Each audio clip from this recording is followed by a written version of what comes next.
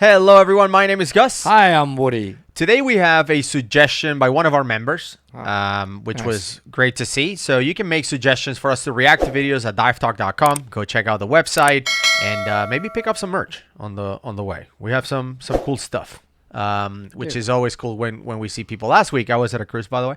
I was wearing this shirt.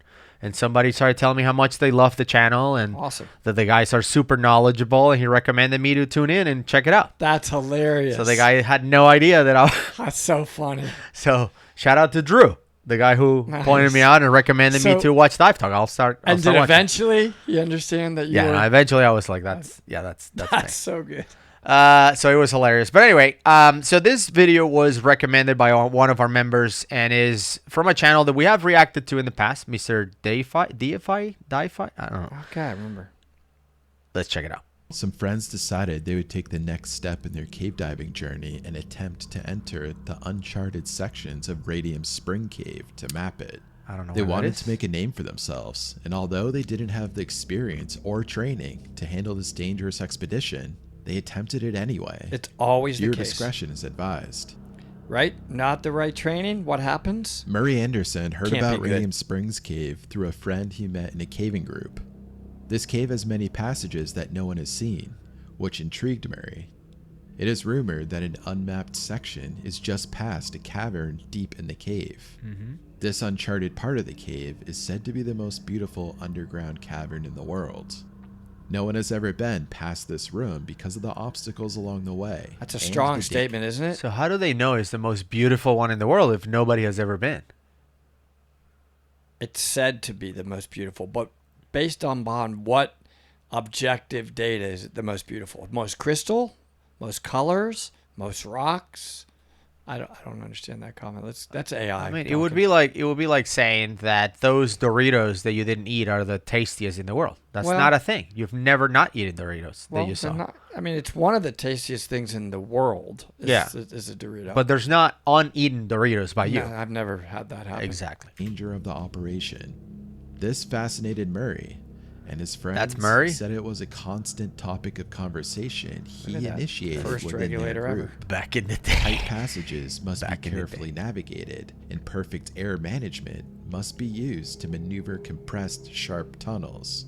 That's true. In this cave, a diver must remove their tank and tunnel through a part of the bottom of the cave lake to enter the cavern. I think that's my new rule in cave diving, by the way. If we have to remove gear to get through something, I don't know if that may be. It depends on what you're gonna remove. If it's everything, okay, that's a problem. You can't remove the rebreather. If it's a tank, would you remove the tank and you'd still do that? Yeah. This is the most claustrophobic and dangerous section. If you get stuck here, you are not getting out. So how is that guy using gear that looks like from like ancient Egypt?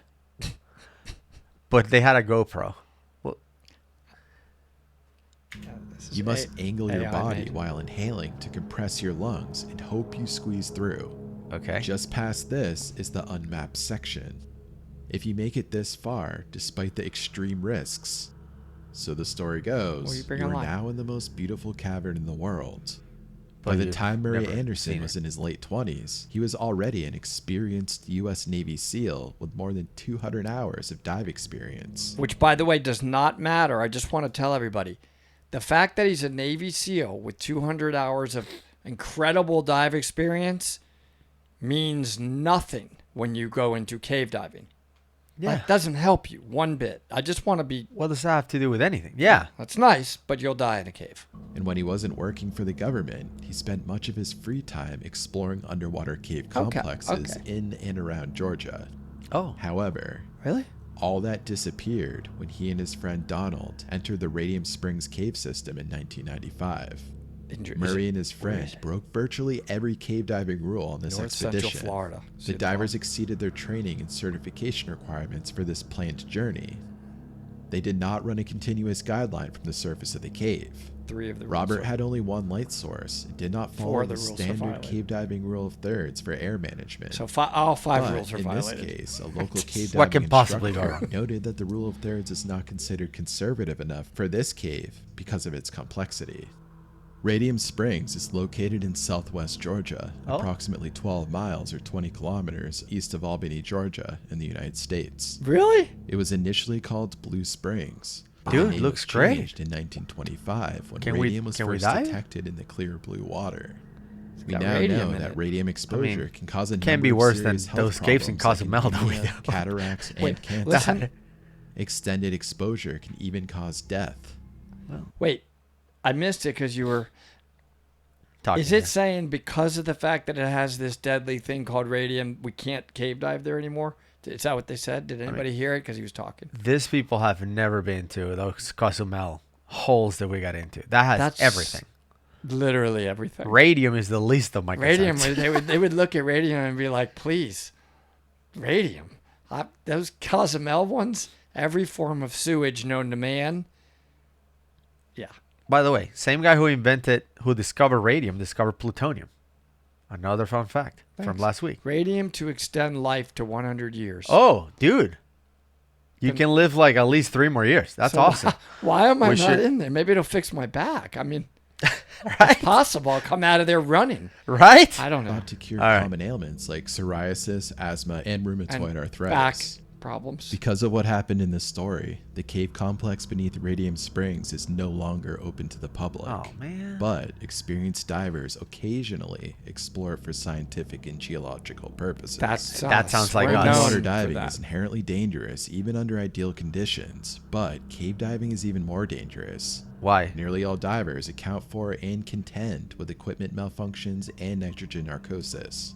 Okay. However, That's normal cave diving. divers also worry about getting stuck in tiny Brent crevices Hemphill, did you see his and name was getting in there? hopelessly Yeah. lost in a confusing labyrinth of passages. Not surprised the bread. Even so, cave diving and open water diving have one thing in common. Run-of-the-mill problems can spiral out of control with amazing speed.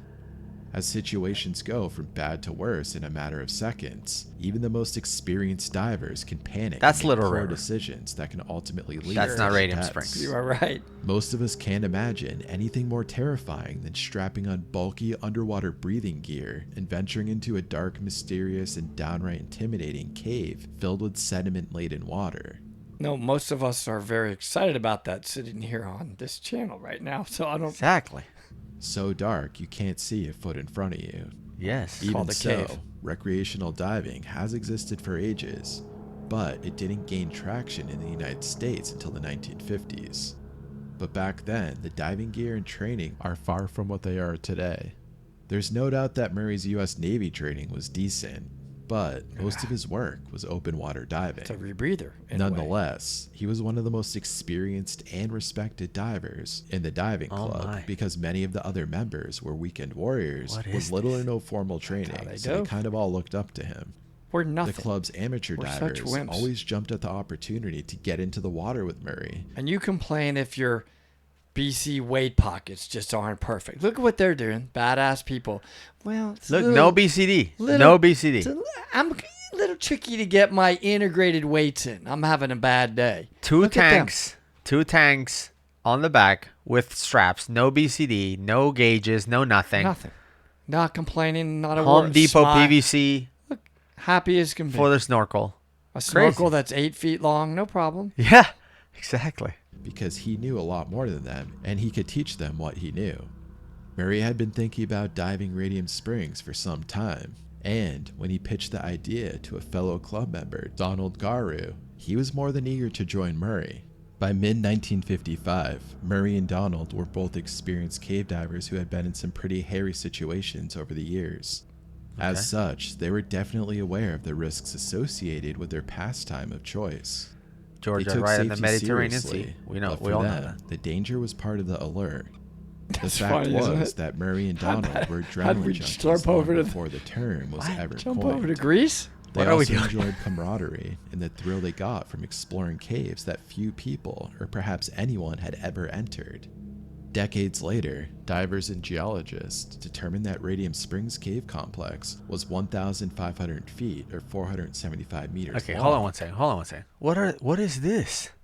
What kind of horror movie is going on here? It's radium grown Dude, this is poison th- rock. this is some nightmare in the making over here. and had an odd honeycomb structure. But in 1955, Murray and Donald had no idea how big it was, how many passages and chambers there were, how deep it went, or what unknown offshoots lay within. They were both excited to start the expedition when they arrived at the cave one Friday morning in the summer of 1955. That's true.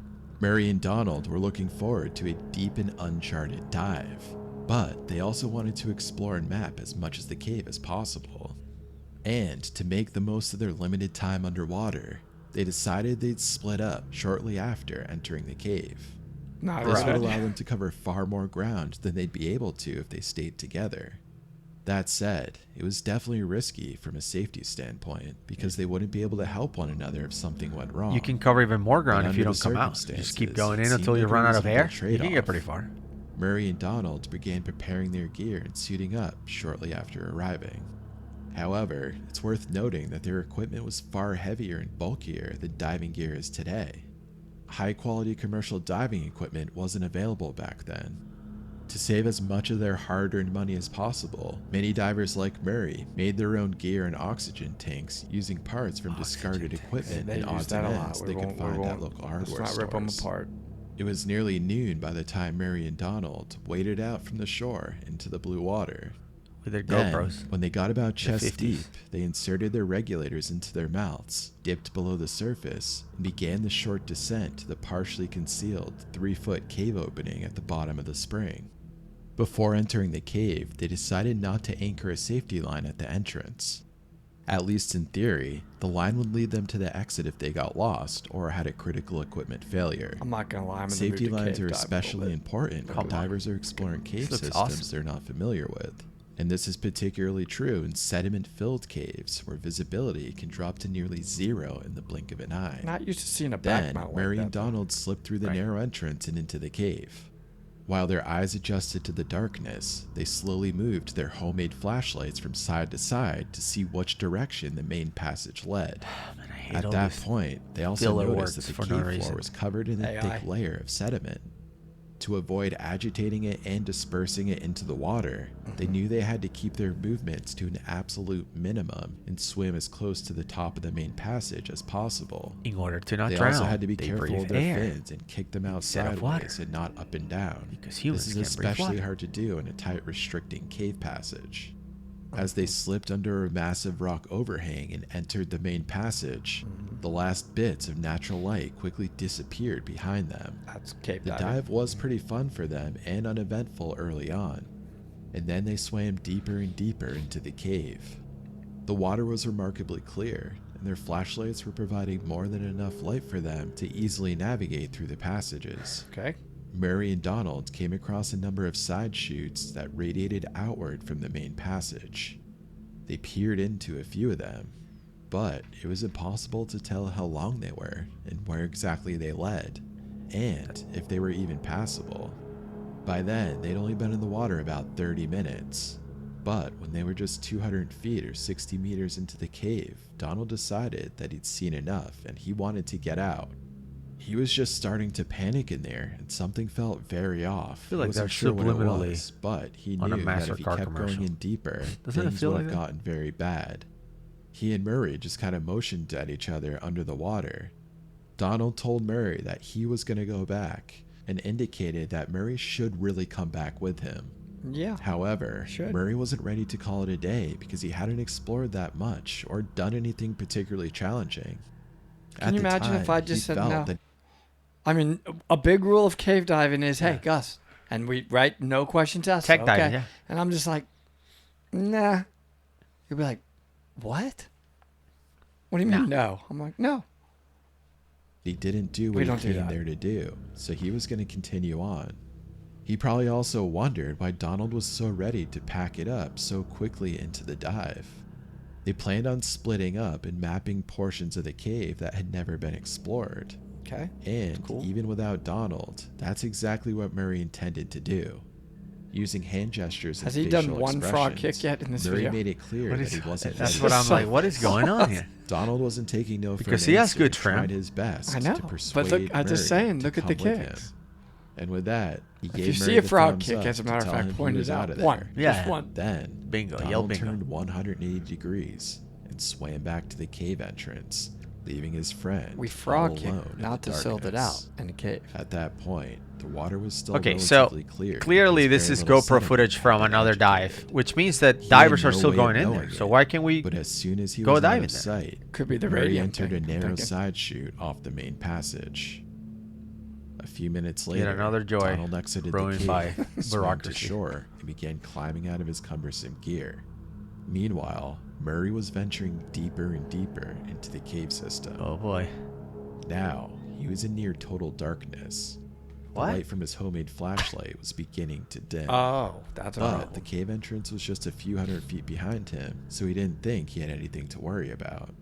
But at that moment, he realized he'd been careless.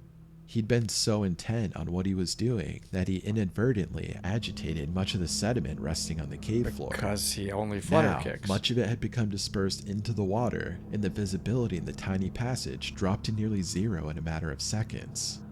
The dim beam from his homemade flashlight was completely out in the sediment-choked water. In fact, visibility was so bad that Murray could barely see his own hands even when they were just a few inches in front of his face. By the way, this guy He is took in a some comfort wetsuit. in the fact that he was just a stone's throw away So from the maybe it's not entrance that to cold. the cave. It's cold. However, he knew it was imperative that he got back into the main passage as quickly as possible. Murray grasped at the walls, chaotically hoping to find the opening that led to the main passage. But he only felt solid rock all around him. As panic set in, he began breathing far more heavily than normal. That would be This terrible. is a normal response in stressful situations. Man, I'm so happy But it meant that the that oxygen left in his own we live tank in a wouldn't time last nearly as long where we're as it was able to do supposed proper cave By diving then, training. he'd been alone in the cave for more than an With a hour. rebreather. With So the you don't air he have had to- left, he was rapidly approaching the point of no return. As an experienced diver, he knew that escalating events like the one he was experiencing sometimes led to death. Back on the shore, Donald was totally unaware that his friend was in such dire straits. However, Murray had more experience and was a bigger risk taker than he was, so he wasn't necessarily surprised that his friend was waiting until the last possible minute to surface. Then again, Murray took dive safety very seriously, so Donald's Did he? emotions seesawed between confidence Probably. and concern. But As The other minutes guy was ticked like away, thumb I up, and he's he like, hoped his friend eh. would finally they said they surface didn't and have the swim to proper shore, training, and remember? that they could put the So matter I don't behind know if they them were once and trained for cave all. divers. But he eventually realized he's Murray fucking- couldn't possibly have any oxygen left, Nice. and that's when he knew something must have gone horribly wrong. At that point, Donald had three choices. He could sit tight and hope that his friend would miraculously reappear, or he could climb back into his gear and swim back into the cave to see if he could find and rescue Murray before it was too late. It's usually Or And last, he too could call the authorities and report Murray There missing you and go. hope that competent rescuers would arrive sooner rather than later. yeah. Donald considered re-entering the water, but he was already tired and had used most of his oxygen from earlier in the dive. Ultimately, he erred on the side of caution and reported Murray missing. He also managed to track down two fellow divers from the diving club, but the sun had already set by the time they arrived at Radium Springs. Who cares? The cave is They all knew pitch that black Murray was 24/7. probably dead. I hate But when they time say was that. still of the essence because there was a slim chance that he found an air-filled chamber and was just waiting to be rescued. Yeah, we've covered With these that in before. We mind, said they they threw on arrived, their but it was gear at and slipped nighttime, into the so they spring decided and to swam wait. to Like the what? cave entrance like Murray and Donald had done earlier that day. They reached the entrance to the cave in a matter of minutes. The three men now had stronger lights and fresh batteries, but the visibility was still poor because the sediment hadn't settled yet. Donald entered the cave first. Then, after the other two divers connected to the safety line, he led them to the point where he left Connected. Murray just a few hours before. But neither Murray or any of his gear was anywhere to be found. Not good. They spent nearly 2 hours searching a number of passageways, but they became too exhausted and they were running out of oxygen. This meant that they were putting their own lives at risk, so they retraced their steps and ascended to the surface and swam back to the shore empty-handed. By then, Donald was so emotionally drained and physically exhausted that his two friends were barely able to pull him to shore before he collapsed in front of a heap of people that had congregated near the beach. When the Navy found out that one of its frogmen was missing, a team of senior divers was flown in from the naval base in Charleston, South Carolina. But they didn't arrive until early the following morning, and by then, Murray had been in the cave for nearly 20 hours. Scores of curious people were camped out on the beach, and dozens more watched from further back as the Navy divers slipped into their gear and entered the water. The divers immediately swam to the bottom of the spring, located the safety line, and entered the cave system through the narrow entrance. Many rescue and recovery operations are long and tedious, and oftentimes the victim or victims are never found. By the way, it always, kind of blows me away. The fact that when these accidents happen, their first thought is, Navy. let's call the most senior guys that we can find. Instead of, let's call cave divers so they can find them. And it's not us, because I feel like we would be the last choice. But even the last choice, cave diver, is better than the most senior non-cave diver. Definitely. In a situation like this. And it's funny because, I don't know if you saw, a couple of weeks ago, we got this email from somebody in, Namibia or something. And they were like, hey, there's this diver missing. Will you guys come and try to find him? And I said, you should probably talk to the amazing divers in South Africa, which South Africa has some really amazing divers. You don't need us. Who are we to go to Namibia and, try to find a diver that is missing? You have people that are way better right there next to you in South Africa, right? So I think that if there's anything that people should learn is that if somebody is missing in a cave, call cave divers. Don't call 911. Or the Navy. I don't want to take away from them because Navy divers are amazing. They're studs. But they don't necessily know how to cave dive. That is the point. Is cave diving is a skill. Anyone can learn. Any diver that applies to it and follows it, they can learn and become cave divers. But it's a set of skills that is not taught at Navy diving school or Navy SEAL training butts. They don't. They're trained for combat diving and not for cave diving. So, agree. And that's what happened, with those soccer kids in Thailand, where they send the Thai Navy, which are a total bunch of badasses. They're studs, but one of them died because it wasn't a cave diver. So. However, this wasn't the case with Murray. Within a matter of minutes, the divers found him floating near the top of the cave, exactly where Donald said they'd parted ways, approximately 200 feet into the cave. Dang. When they found Murray, his regulator was no longer in his mouth, and the flashlight that had failed him the day before was dangling from a lanyard attached to his diving harness. Donald's heart sank when the Navy divers told him where they found Murray's body.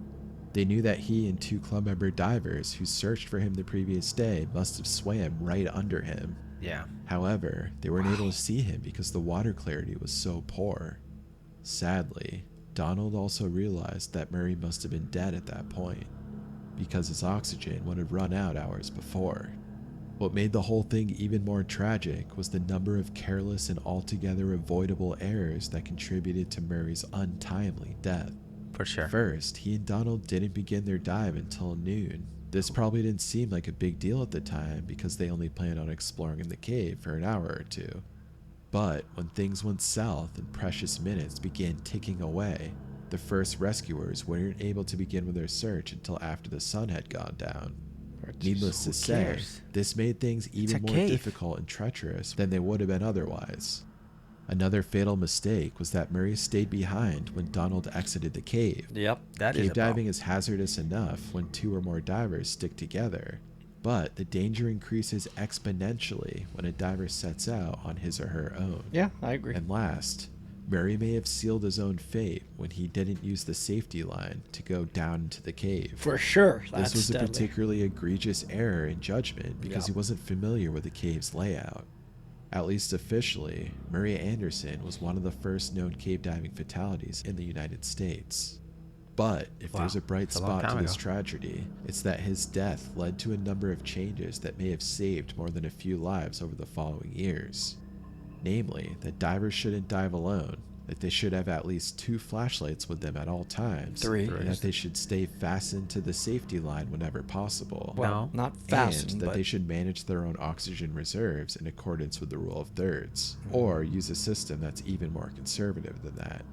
And that's all I have for today's video, and I want to thank you for watching until the end. If this story moves you, please consider liking the video. So that was terrible, but at the same time, I know that we were talking about the fact that they weren't trained, they didn't know, whatever, but it sounds like if it was one of the first, if not the first cave diving death in the US, then this happened pre-rules. Like the rules came from people like him dying in caves, and Chuck Exley, who was a math teacher, noticing a pattern, like, oh, people are dying in caves, and it seems to be because of these 5 things. They don't have a guideline. They don't have the proper gas. They don't have lights. They don't have the right training. Airline management. Yep. Depth. They're rated for the particular depth. Yep. And lights. Line all the way to light. 3 lights. Those are the 5 rules. So the cave diving rules that we followed today came from incidents or accidents like this. So it is true. I think if there's one thing that Mr. Deified got right at the end is that his death wasn't in vain. We learned from it, and we're safer cave divers because of it. So, pretty awesome. But I'm going to leave a link right here so you can check out the last reaction that we have to Mr. Deified. It was a while ago. Hopefully he watches it too, so he stops saying oxygen tank. That's a pet peeve. But we'll see you on the next one. Bye, everybody.